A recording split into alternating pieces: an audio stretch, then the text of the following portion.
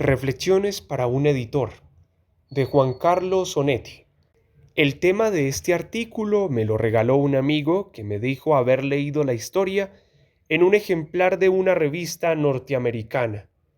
Revisé en vano la colección del magazine Yankee desde la mitad del pasado año hasta principios del actual, de modo que la historia va por cuenta del mencionado amigo, gracioso proveedor de temas.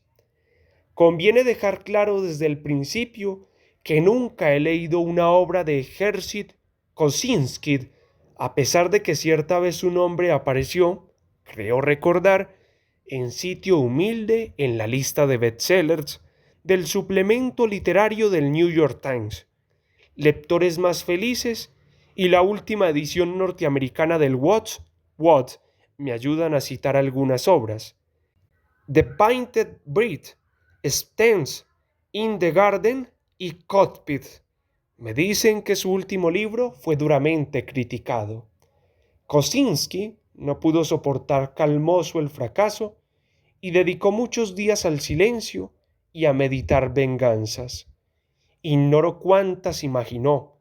Las fue adornando con virulencia antes de desecharlas.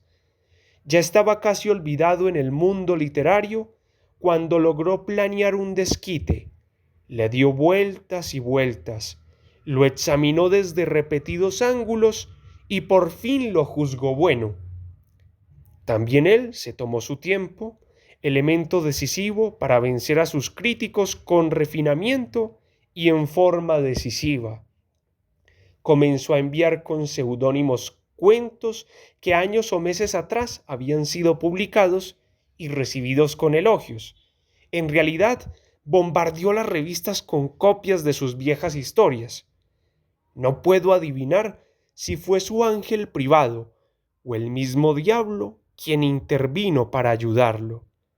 El hecho es que la totalidad de los trabajos fueron rechazados con las habituales buenas palabras sobre escritos futuros, sobre ya cubiertos planes editoriales para los próximos 18 meses. Kosinski recibió jubiloso los rechazos y embelleció con ellos las paredes de su despacho preparando paciente su hora de revancha. Como es natural, las mejores joyas de su colección eran aquellas que llegaban firmadas por el mismo editor que, más o menos un año atrás, había aceptado la historia con júbilo, descubrir un nuevo talento. Claro está que no todos los editores tienen la función de enterarse de lo que publica la firma a la cual pertenecen. Es habitual la existencia de lectores profesionales y anónimos que redactan y elevan sus propios juicios críticos. Cabe aquí intercalar un ejemplo ya manido, pero muy importante por la personalidad literaria de los involucrados. Toda la gente de oficio y los vinculados a él de varia manera recuerdan que cuando Proust envió a la editorial que hoy se llama Gallimard los originales del primer tomo de su obra genial, André Gide, lector de la misma empresa, redactó su informe diciendo que a nadie podía interesar las vueltas y revueltas que diera un personaje entre sábanas y en procura del sueño esquivo. Gide, nada menos, cartesiano, y que podía haber hecho suya la frase «Lo que no es claro no es francés», de manera que Proust tuvo que recurrir a otra editorial y Gide hacer público su arrepentimiento y su error. Para mejor comprensión de las peripecias que se sucedieron hasta que Gallimard editara la totalidad de En su busca del tiempo perdido, ruego al lector que lea la admirable biografía de Painter. Es imposible olvidar aquí los infinitos rechazos que obtuvo el Ulises de Joyce en incontables editoriales y, especialmente, por parte de microcefalios funcionarios de aduanas que obedecían órdenes superiores, los censores de correos, doctos en materia literaria. Pero el libro aún no había sido vetado por la justicia. Este requisito era necesario para poder lograr un dictamen legal, favorable o no. La editorial norteamericana recurrió a un truco. Envió un funcionario a París que se puso en contacto con Sylvia Beach y obtuvo un ejemplar del libro. De vuelta a New York, un día muy caluroso, se encontró con aduaneros enervados por el bochorno que lo invitaron a pasar sin siquiera abrir las maletas. Pero el mensajero protestó y exigió que revisaran su equipaje porque llevaba un libro prohibido. El aduanero se quejó amargamente de que lo hicieran trabajar con semejante temperatura y cuando vio el cuerpo del delito, comentó: «Pero si todos los turistas que vienen de Francia traen el Ulises». Sin embargo, se resignó, se hizo cargo del libro maldito y lo puso en manos de sus jefes. Ahora había una base para iniciar la querella, que terminó con el fallo absolutorio de un juez, J. M. Walseit, cuyo nombre no figura entre los grandes de la literatura, con torpe injusticia. Su señoría dictaminó que el libro podía ser vomitivo, pero inmoral. El caso más simpático de esta lucha no eterna, pero sí recurrente entre escritor y editor, le fue reservado, hasta ahora, a Malcolm Lowry.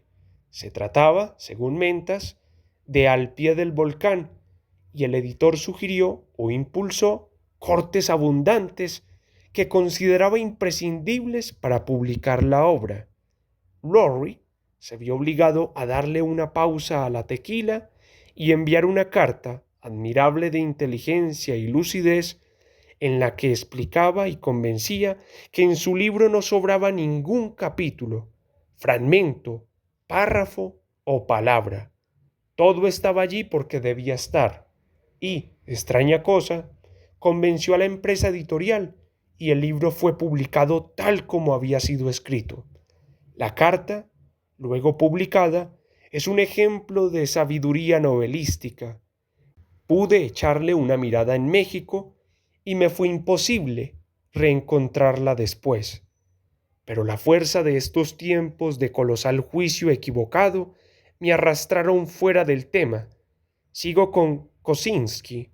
Cuando tuvo una cantidad suficiente para sus propósitos de cordiales cartas de rechazo, buscó y encontró sin trabajo un editor rival de los anteriores. La lucha entre editores siempre ha sido implacable, cruenta y divertida. Ofreció la reproducción de las cartas con vetos amables y sus comentarios. También incluía las anteriores, las que le decían sí y le daban espaldarazos. Con esto compaginó un libro, puso en mala luz a muchas personas y vendió, como antes, miles de ejemplares, hijos de la revancha y tal vez de un afán de justicia que dudo creer sincero. Esta anécdota, así lo espero, puede servir de ayuda y dar persistencia a tantos jóvenes que ven rechazadas sus obras a causa del informe de algún lector desconocido y que no será precisamente Hidet. Hay que insistir, hay que seguir trabajando hasta que el destino o el azar ponga desdeñados originales bajo los ojos de un editor que comprenda y no juegue, con ganancia, manejando nombres de escritores que ya tuvieron sus triunfos, a veces pasajeros, en la selva literaria erizada de envidias y ambiciones. Recordemos el caso de Céline y el viaje al final de la noche, su obra prácticamente rechazada por todas las editoriales francesas hasta que llegó a las manos de alguien que entendía y dedicó una noche y su madrugada a leer la obra anónima que lo había deslumbrado. Deslumbramiento que me incluye cada vez que la releo. Marzo de 1980.